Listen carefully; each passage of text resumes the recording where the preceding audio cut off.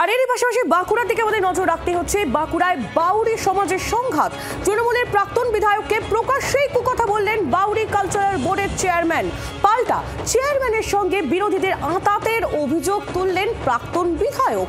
দুই নেতার এই বিবাদকে টিকিটের লড়াই বলে কটাক্ষ বিজেপির। ফের প্রকাশ্যে চলে এলো বাউরি সমাজের সংঘাত। একে অপরের বিরুদ্ধে ক্ষোভ উগরে দিলেন বাউরি সম্প্রদায়ের দুই নেতা, যাকে কেন্দ্র করে ফের চর্চায় শাসকের কোন দল।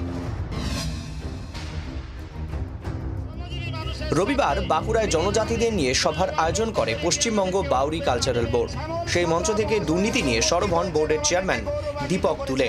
নাম না করে তীব্র আক্রমণ করেন শালতোড়ার প্রাক্তন তৃণমূল বিধায়ক স্বপন বাউরিকে। আর এখানে একটা কুলাঙ্গার আছে, আমাদের সমাজের কুলাঙ্গার, তাকে আমি কুলাঙ্গারই বলি।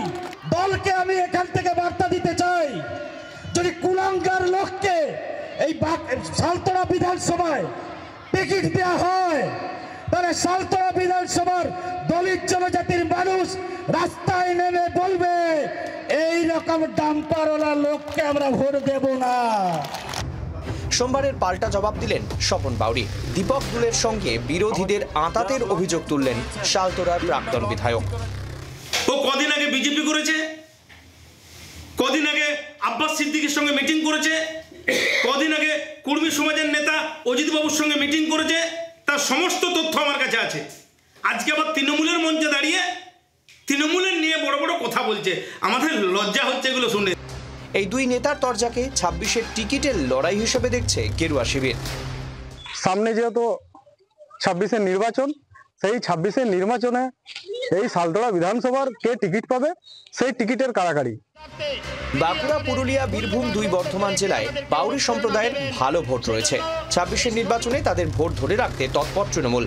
কিন্তু বাউরি নেতাদের এই প্রকাশ্য কোন্দল শাসকের মাথা ব্যথার কারণ হয়ে উঠতে পারে বলে মনে করছেন রাজ্য রাজনীতির কারবারিরা। মৃত্যুঞ্জয় দাসের রিপোর্ট, জি 24 ঘন্টা।